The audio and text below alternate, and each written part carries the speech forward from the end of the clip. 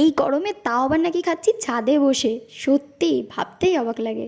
যাই হোক, দিনটা ছিল শুক্রবার আর আমরা সবাই মিলে সকাল সকাল রেডি হয়ে বেরিয়ে পড়েছিলাম আমার বড় পিসির মেয়ের বাড়িতে যাব বলে। ভিউটা কি দারুণ না? চারিদিক খালি সবুজ আর সবুজ। যেতে যেতে পড়েছিল এই রেস্টুরেন্টটা, যেটাকে আমরা সবাই লিটারালি পার্ক ভেবে গুলিয়ে ফেলেছিলাম। আসলে এটা এত সুন্দর ছিল।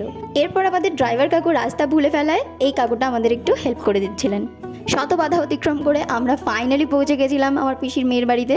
কিছুক্ষণ আড্ডা মারার পরে সবাই মিলে ঠিক করেছিল যে সবাই কলা পাতায় খাবে, তো ছুরি কাঁচি দা যা পেয়েছিলাম তাই নিয়ে বেরিয়ে পড়েছিলাম। আর এখানে পিসির কলা পাতা কাটার কাণ্ড দেখে আমরা সবাই খুব হাসছিলাম। ফাইনালি পিসি কলা পাতা কেটে ফেললো।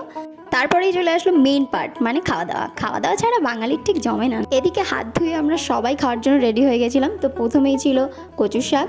কচু শাকটা জাস্ট দারুণ ছিল। তারপরে খেলাম ডাল, মাছের ঝোল, তারপরে মাংস। আর এদিকে খাওয়া দাওয়া শেষ করে আমরা সবাই মিলে দুই দেখাচ্ছিলাম। তারপরেই কিছুক্ষণ গল্প করে আমরা সবাই বেরিয়ে পড়েছিলাম বাড়ি যাওয়ার জন্য। আর এখানে সবার ড্রেস দেখে নিশ্চয়ই বোঝাই যাচ্ছে যে এটা গরমকালের না শীতকালের ভিডিও।